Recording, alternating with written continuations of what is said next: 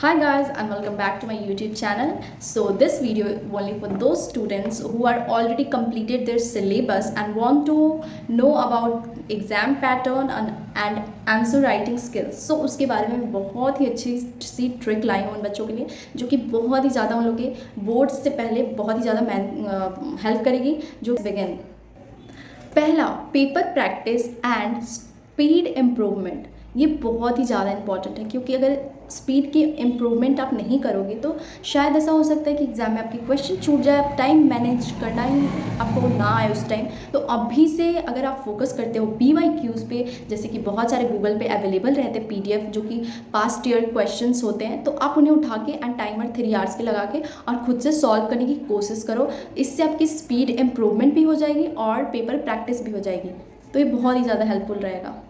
जैसा कि history, political science, economics, geography and psychology थोड़ा सा, हाँ। सो इन सब चीज़ों को अगर आप इन सारे सब्जेक्ट्स में से किसी सब्जेक्ट्स को लिया है आपने, तो उस पर आपको इंपॉर्टेंट डेट्स को याद रखना है, इंपॉर्टेंट फैक्ट्स को याद रखना है, केस स्टडीज़ को याद रखना है। ये बहुत ही ज़्यादा इंपॉर्टेंट होगा आंसर राइटिंग के पर्सपेक्टिव से, या फिर MC क्वेश्चंस भी आ सकते हैं, या फिर अशोर्सन रीज़न भी आ सकते हैं। तो हमें सब सारी तरफ से प्रिपेयर रहना होगा, खुद को प्रिपेयर करके रखना होगा कि कोई सा भी क्वेश्चन आए तो हम उसका जवाब अच्छे से दे सकें और हमारी टाइम मैनेजमेंट भी अच्छे से हो सके, हमारी एक भी क्वेश्चन ना छूटे। And yes, this is so important, revise them again and again. Because जब तुम किसी चीज़ को पढ़ लेते हो ना, एक बार अच्छे से समझ में भी आ गया और उसको तुम 4-5 दिन के लिए छोड़ दो, फिर उसको बिना देखे तुम याद करने की कोशिश करो तो बिल्कुल भी याद। तो आप जब पढ़ते हो उसको 1 दिन, 2 दिन, 3 दिन तक उसको बार बार रिवाइज करो ताकि वो आपके दिमाग में अच्छे से बैठ जाए। And this is for final revision and quick recap. So इसके लिए हमें क्या करना है, revise notes and key components जो कि आपने बनाई होगी नोट्स को, या फिर की कंपोनेंट्स आपने फ्लो चैट्स या फिर आपने माइंड मैप बनाई होगी, उसके थ्रू आप रिवीजन कर सकते हो। उसके बाद आपको सॉल्व करना है PYQs, डेली आपको एक PYQs तो एटलीस्ट करना है ताकि आप बोर्ड से पहले बहुत ही ज़्यादा खुद को प्रिपेयर कर लो।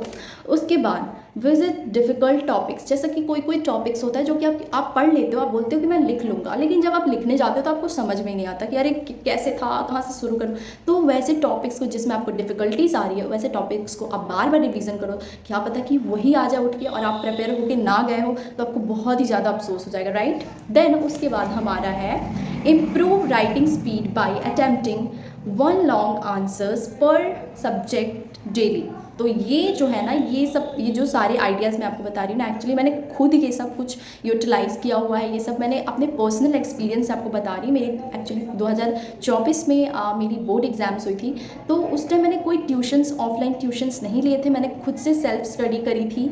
सो मैंने उस टाइम ये सब कुछ लिख के रखा था कि जब नेक्स्ट टाइम बोर्ड्स आएंगे तो मैं मेरे जूनियर्स को बहुत ही अच्छे से प्रेपरेशन करने की टिप्स एंड ट्रिक्स बताऊँगी।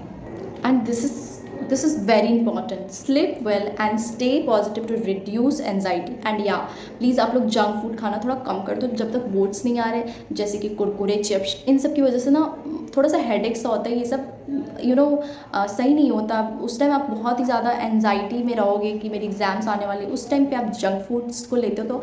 And yes, don't use phone so much.